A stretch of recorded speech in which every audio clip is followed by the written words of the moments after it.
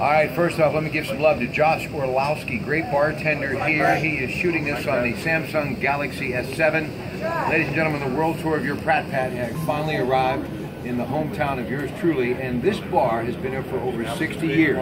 John and Renee Bloom, and it is the Corner Grill. I'm telling Greg Diolis, my grandmother lived at the end of the 300 block here, and I grew up here. And went to Cradle's Market across the street. Father Cradle now, of course, the wonderful priest at Holy Family, which is just down over the hill. And today would have been my grandmother Marie Bango's 100th birthday. It wasn't planned. It's fate. It's all fate. All right, the fate obviously was in the hands of the Penguins, and thanks to Nick Bonino, he shoots, he scores an OT. They're moving on to play Tampa. We'll get to that in a moment. But man, a clutch goal for that young man. Turned into a real switch up, didn't it, Rob? I mean, you're up 3-0. You think you're on cruise. Maybe turn it into a 6-0 blowout. Everybody leaves happy. All of a sudden, the Penguins decide that we want to shoot pucks over the glass all over the hockey rink. Getting three of those crazy penalties opened up the door to a comeback for the Capitals, but in the end, everything worked out quite well. And Toronto is probably saying, why did we let Phil Kessel go? 2 goals, Matt Murray, spectacular. But the thing that I think that amazes me the most about this Mike Sullivan team is how fast they can giddy up on those skates. And he told them to stay focused, play hard, and skate fast. And they never let up on it. No, they really didn't. And it was kind of poetic justice that Brooks Orpik got the big penalty that opened the gates to a couple of power play goals for the Penguins that really turned that thing around for the Penguins. But you're right, the speed that the Penguins were showing, and that's going to be important in this next series because the Tampa Bay really can fly, and that's something that we're going to have to try to match. We're going to talk about Tampa Bay. They, of course, eliminated Detroit and the Islanders to get to the conference final. And during the regular season, they beat the Pens all 3 games. Ben Bishop and Andre Vasilevsky, the goalies, who will be someone that we're both going to have to be watching, as will the Penguin fans. But your thoughts about the Tampa Bay Lightning? We'll get to some of the other guys as well that are going to be a big reason why this is going to be a whole lot harder than people think. Well, I think a lot of the key to this thing, Rob, is that this is not the same Penguin team that the Tampa Bay Lightning were playing early in the hockey season. Completely revamped, new coach comes in, everything has changed, so they're not looking at the same things that they were looking at while they were playing. So that's where it's going to be really important for the Penguins to kind of emphasize to themselves, we're not the same team that lost 3 in a row to these guys. All right, Victor Hedman, 4 goals and 8 points, and these 2 guys, Andres Palat and Hedman, have been on some kind of a roll over the last 10 games. That's a great 1-2 punch. It is, Rob, but you know what? They weren't playing the same caliber of opponent that the Penguins were playing. So the luck of the draw a little bit from Tampa Bay's perspective.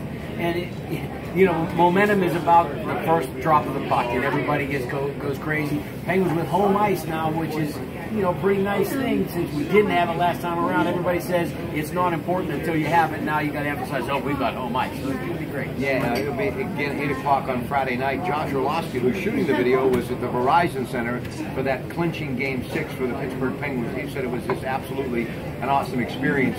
Let's just talk about Crosby and Malcolm a little bit. I know they're both disappointed, but you have to be happy that the young guys have stepped it up. And what I keep thinking and hoping that the hockey gods come through, if these 2 guys get in the room, that's just going to be a little icing on the cake. Well, I guess that's why they call it a hockey team, Rob. This is all about a team aspect. And while these guys didn't necessarily put up big numbers in these playoff series, they're still going to fulfill the dreams of all the Penguin fans by playing this type of hockey that they do. And still make that, especially if they can get the power play going, they're going to be in great shape. We'll be talking much more about it on the Coons Market Black and Gold Sunday show. But remember, it's our city, our team, our beer. Eddie Shewak Distributing, of course, the Bloom family. They buy local, support local, and Mr. Diolis drinks local, ladies and gentlemen. Okay, let's talk to Pirates. They're playing the Reds right now. The Buccos 17 and 15. They need some help. They started off this year against their division opponents 8-3, but now they've been 6-8 in the division. They got beat by the Reds on Monday, rained out last night. Nicasio going tonight against Alfredo Simon. They've got to start beating some of these teams, especially the Reds. All teams have been a real thorn in their side. And it's funny, the Reds are really a bad baseball team right now, but for some reason they just kind of have the Pirates number. Billy Hamilton looks like Ty Cobb when he's playing against the Pirates. The guy's just stealing bases everywhere, making great plays in the outfield. He makes life miserable for the Pirates. But it's so early in the season, you just got to not lose touch with the Chicago Cubs, which we are a little bit in danger of. Yeah, and they went up against the worst bullpen in baseball Monday and went 3 hitless innings. So they just got to figure it out, and hopefully they will. Still very early in the season, so we wish them nothing but the best. Of course, you can hear that game right now on 93.7 The Fan. Okay. You were at Shadow Lakes earlier today. Dirk Hartman, I'm sure, and Jean-Sebastian Aubin, he's always thinking hockey, but they love the game of golf. The 5th major tees off tomorrow at the historic Sawgrass, the Island Hole Stadium Golf. Ricky Fowler, the defending champion. 600 points up for grabs, FedEx Cup. This is big. And the best of the best will be there. The number 1 according to the FedEx Cup rankings, Adam Scott. Number 2, Jason Day. Rory McIlroy coming off that 66, the final round of the Wells Fargo Championship. He'll be there. And of course, the legend that is Phil Mickelson. Tiger won't, but I understand he's getting close, so that's great. But let's talk about this amazing event, which is the 5th major, according to a lot of folks, the Players' Championship starting tomorrow. I really think this rivals the PGA as far as the major tournaments. Much like in college football, the Fiesta Bowl kind of became the 5th of the granddaddies type game. This is one of those events that everybody shoots for. They love that golf course. It's a showcase of the PGA. And that's one of the things that's most important is they love to play that place that is so important to the PGA. You have those beautiful stadium-type greens toward the end with 17 being on the island and then 18 with a beautiful finishing hole. That's why that course is so nice and why these guys kind of getting geared up toward the U.S. Open makes this one of those ones to point to when you look at the golf calendar. And it's also the first time Jordan Spieth has teed it up since that meltdown at the Masters.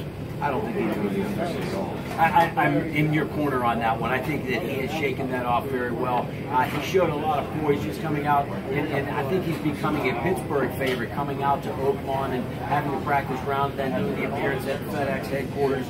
He's the kind of kid that he's a Pittsburgh type kid, even though he's not from Pittsburgh. I think everybody can kind of get their arms around him. He will be a big favorite when it comes to the U.S. Open. All right, a couple of more thoughts with the historic Corner Grill. They always got great Miller Lite specials when the Buccos are on, like now. And of course, Penguins, they've got specials. They've got great food. This is the place to go, folks, because it's old school with that new rule as far as sports bars. You get a flavor of the past, and you can plug into what's going on now. Great service, good people, a lot of fun, and it really is what a neighborhood bar should be, I mean, anywhere in the country. And thanks to John and Renee Bloom for letting us come here tonight and do this Facebook blog and YouTube blog. Listen, I want to talk about some of these guys like Adam Scott. The thing I noticed about the world's number 1, he plays big when he has to play big. Isn't that amazing? You know, those minor tournaments, he never, it's almost like he's unheard of. But when all of the lights are on and everybody's pointing at him, he's that type of guy that's going to show up and really play large. And Jason Day with the big swing.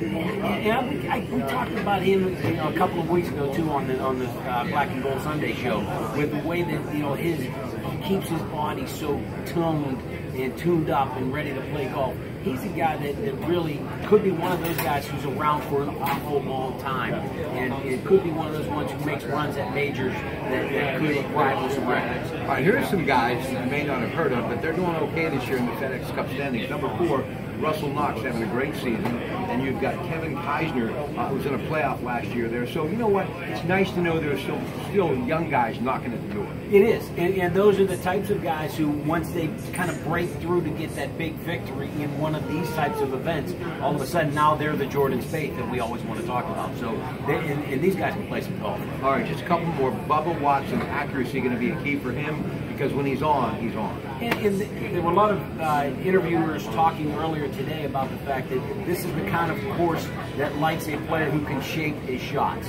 And Bubba is the key to that. I mean, he'll hit what he wants to be a hook, and he'll hook the ball 45 yards to right where he wants to go. I love watching him play, because when you see that ball on the screen and it's going off the edge of the camera angle, you're thinking, oh crap, he's in the woods, and that sucker's got a big bend on it, it's coming right back in. Ricky Fowler, who a guy I'm a big fan of, defending champ, obviously.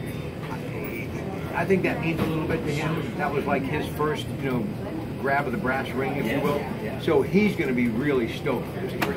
as much as you like Ricky Fowler, we got to get you some Puma gear, man. I know. mean, he's all about the Puma stuff, and he is classic, though. I do love a guy that's a little bit of a showman. Kind of makes you feel a little bit like Dean Stewart used to feel. He's a showman in that, right? All right, last one, my favorite, lefty, Phil Mickelson. I know he's struggling a bit, but you know he can break out at any time. And to him, it's all about the majors now.